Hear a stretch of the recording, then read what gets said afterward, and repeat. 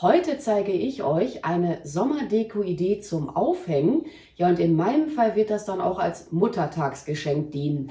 Als Basis werde ich jetzt gleich diesen 30 cm großen Metallring verwenden. Der Metallring wird jetzt als erstes mit diesem feinen Bindedraht umwickelt werden. Die Farbe bleibt jetzt hier wirklich jedem selbst überlassen. Ich habe mich für diesen lilastichigen Bindedraht entschieden. Ich werde den jetzt hier mal an irgendeiner Stelle meines Metallrings einfach mal locker flockig befestigen. Mache jetzt hier mal so einen kleinen Knoten hinein. So, das sollte jetzt schon mal reichen. Ja, und der Metallring wird jetzt hier so, ich sag mal, grob umwickelt werden mit dem Bindedraht oder vielmehr mit dem feinen Bindedraht.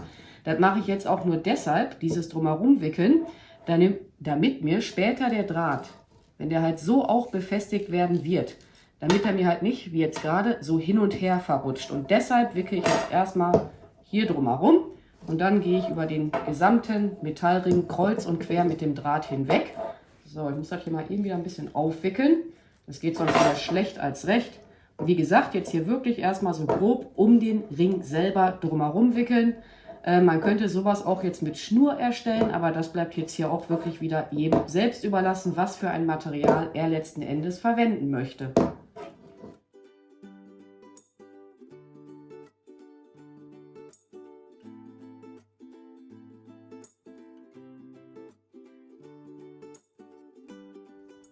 Den feinen Bindedraht habe ich jetzt einmal komplett um meinen Metallring drumherum gewickelt und jetzt gehe ich mit dem Bindedraht hier wirklich so kreuz und quer über den Ring hinweg.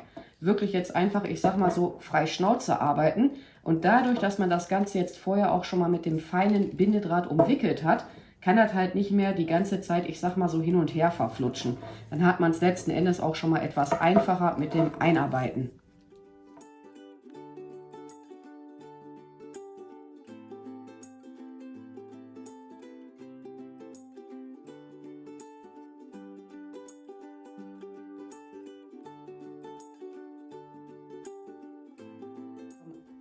So sieht das Ganze schon mal aus und im nächsten Schritt werden Materialien eingearbeitet werden. Jedenfalls habe ich hier ein paar getrocknete Lavendelzweige.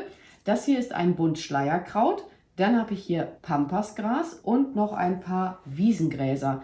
Es kann gut möglich sein, dass im Laufe des Prozesses noch weitere Materialien hinzukommen werden. Das weiß ich jetzt allerdings an dieser Stelle noch nicht. Und ich werde jetzt mal hier als erstes den Lavendel einarbeiten, beziehungsweise die Zweige vom Lavendel. Die justiere ich mir mal so zwischen dem Draht. Ne, immer so einarbeiten, wie ihr das halt leiden mögt. Immer so Step by Step.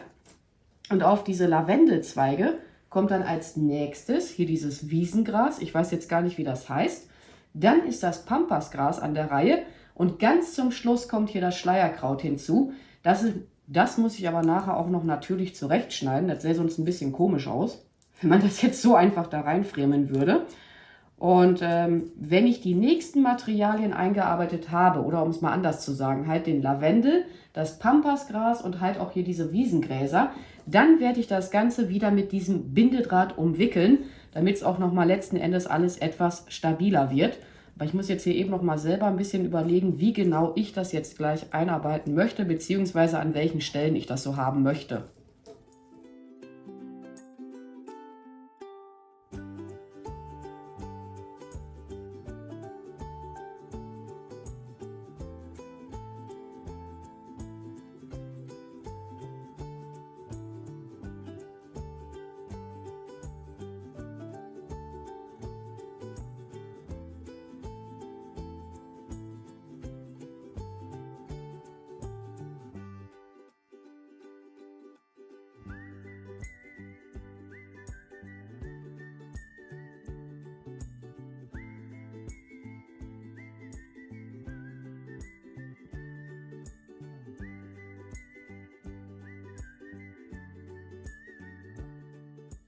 Das Ganze macht jetzt auf mich schon mal einen guten Eindruck und dann kommt jetzt das Schleierkraut dran.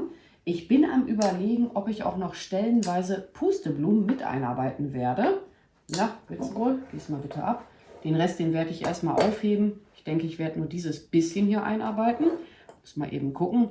Aber Schleierkraut finde ich auch immer total klasse. Vor allem, wenn das auch eintrocknet. Ich finde, dann sieht das auch noch richtig hübsch aus. Das sind ja jetzt hier sowieso alles Materialien, die im Laufe der Zeit auch ruhig eintrocknen dürfen. Also wenn ihr jetzt zum Beispiel hier frische Pampasgras-Wedel verwenden solltet. Meine stammen im Übrigen von meiner lieben Nachbarin. Insofern Grüße gehen raus, dass du mir etwas etwas Pampasgras-Wedel oder ein paar Pampasgras-Wedel so rum gesponsert hast. Weil ich finde, ja, die haben natürlich auch ihren Preis. Wenn man da jetzt ganz viel von verwenden möchte, kann das relativ schnell auch ehrlich gesagt ein teurer Spaß werden. Und ihr könnt es ja schon sehen, das Schleierkraut hier jetzt auch einfach wieder, ich sag mal so, frei Schnauze einarbeiten und dann auch nochmal stellenweise mit dem feinen Bindedraht umwickeln. Ich bin aber, wie gesagt, noch am Überlegen, ob ich ganz zum Schluss noch diese Pusteblumen mit einarbeiten werde. Die werden dann allerdings mit dem Bindedraht nicht mehr befestigt werden, weil dann würde ich die ja platt drücken. Das wollen wir ja nachher nicht. Aber ich denke, meine Mutter, die wird sich da später auch wohl drüber freuen, nehme ich mal an. Überschüssiges Material, was jetzt hier so hinauslugt, das könnt ihr nachher auch einfach abschneiden, ne? Müsst ihr jetzt noch nicht machen. Und ich habe ja auch noch ein paar Schmetterlinge liegen. Ja, mal gucken.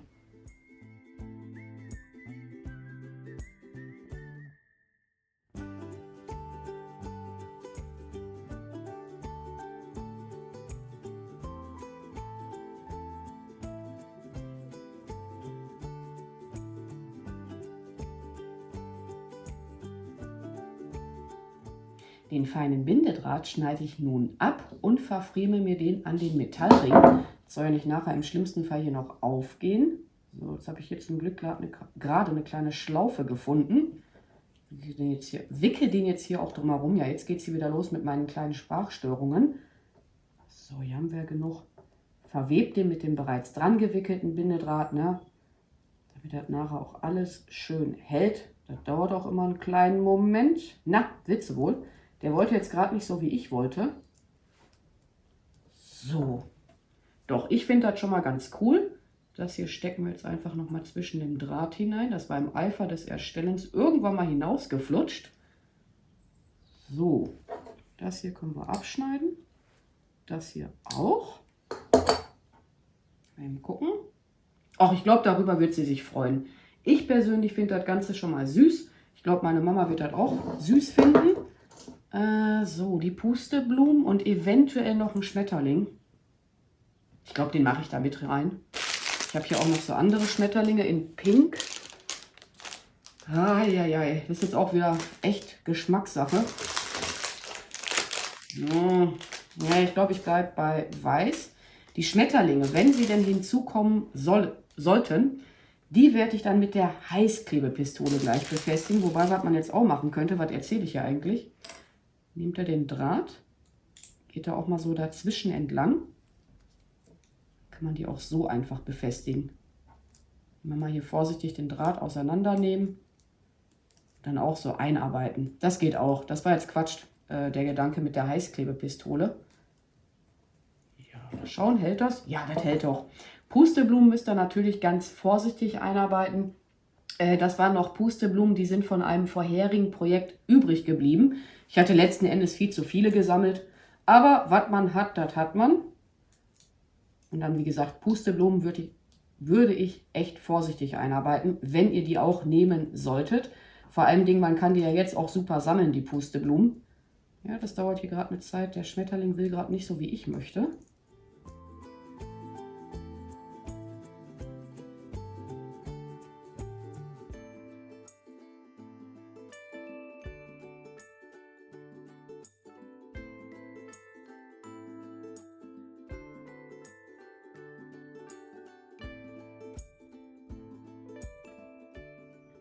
Noch mehr Materialien werde ich jetzt nicht einarbeiten, aber ich finde, das Ganze ist wirklich niedlich geworden. Ich denke, meine Mutter wird sich auf jeden Fall darüber freuen. Wie üblich findet ihr alle benötigten Materialien für das Projekt auch nochmal in der Videobeschreibung und dort werde ich auch das Entstehungsvideo zu den Pusteblumen noch eintragen. Ja, und ansonsten werde ich mich jetzt mal an dieser Stelle bei euch verabschieden. Ich bedanke mich fürs Zuschauen, macht's gut, eure Pink Peach.